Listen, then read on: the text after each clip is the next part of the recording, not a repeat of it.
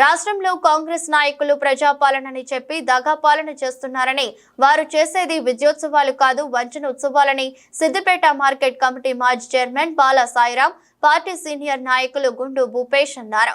Siddipet MLA camp కార్యాలయంలో ఏర్పాటు చేసిన మీడియా సమావేశంలో బీఆర్ఎస్ నాయకులతో కలిసి మాట్లాడారు. ఎన్నికలకు ముందు ప్రజలకు ఎన్నో అమలు కాని హామీలు ఇచ్చి అవి నెరవేర్చకపోగా విజయోత్సవాల పేరిట ప్రజాధనం వృధా చేయడం సరికాదన్నారు. ప్రభుత్వంలో అధికారంలో ఉన్నటువంటి మన సీఎం రేవంత్ రెడ్డి గారి నేతృత్వంలోని ప్రభుత్వం ప్రజాపాలన ప్రజా విజయోత్సవం పేరిట ఈ నవంబర్ 30 నుండి డిసెంబర్ 9 వరకు ఉత్సవాలు చేయాలని అనుకుంటున్నారు. అసలు ఈ ఉత్సవాలు ఎంత అర్ధరహితమో వాళ్ళు విశ్లేషించుకోవాలి. దీనికి అట్లా కాకుండా దగా పాలన ప్రజా వంచనోత్సవాల పేరిట చేస్తే బాగుంటుందని చెప్పి మేము బీఆర్ఎస్ పార్టీ పక్షాన వాళ్ళకి తెలియజేస్తున్నాం. వాళ్ళు వచ్చి సంవత్సరం కావస్తున్న ఈ క్రమంలో వాళ్ళ 6 గ్యారంటీలు 420 హామీలు తుంగలోకి దొక్కిన విషయం మనందరికీ కూడా తెలిసిందే.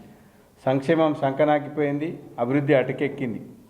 అయితే గత ప్రభుత్వాన్ని విమర్శించడమే తన ప్రధాన విధిగా సీఎం కేసీఆర్ను, హరీష్ రావు గారిని లేదా భారత రాష్ట్ర సమితి పార్టీ అగ్రనాయకులను విమర్శించడమే ముఖ్యమంత్రి యొక్క ప్రధాన కర్తవ్యంగా భావిస్తున్నటువంటి ముఖ్యమంత్రి గారు ప్రజల పట్ల, ఈ తెలంగాణ ఉద్యమం పట్ల, ఈ మట్టి పట్ల ఒక ఆరాటం కానీ, అభివృద్ధి చేయాలన్న ఆకాంక్ష కానీ, ఒక సమస్యలపైన అధ్యయనం కానీ లేని ముఖ్యమంత్రి తను యాక్సిడెంటల్గా సినిమాటిక్ స్టైల్లో ఒక ముఖ్యమంత్రిగా ఆవిర్భవించిన రేవంత్ రెడ్డి గారికి ఈ నేలపైన మమకారం కానీ, ఈ సమస్యలపైన అధ్యయనం కానీ, తెలంగాణను అభివృద్ధి చేయాలన్న ఆరాటం కానీ ఎక్కడ లేదు. గతంలో కేసీఆర్ పాలనలో భారతదేశంలో ప్రపంచంలో అగ్రగామి రాష్ట్రంగా తెలంగాణ ఉంటే ఇప్పుడు ఢిల్లీ కాంగ్రెస్ పార్టీకి తెలంగాణ ఒక ఏటీఎంగా మార్చే పనిలో రేవంత్ రెడ్డి గారు ఉన్న విషయాన్ని, రైతు పండుగ చేస్తే రైతులకు సంబంధించిన వరాలు కురిపిస్తారేమో అని అనుకున్నాం. మొన్న లగచర్ల రైతులను ఎట్లా వంచారు? నీ సొంత నియోజకవర్గంలో లగచర్ల రైతుల ఉసురు తీసిన రేవంత్ రెడ్డి గారి ప్రభుత్వం అసలు ఏ ముఖం పెట్టుకొని విజయోత్సవాలు చేసుకుంటుందో ఈ విషయాన్ని ప్రజలు కూడా గమనించాలి.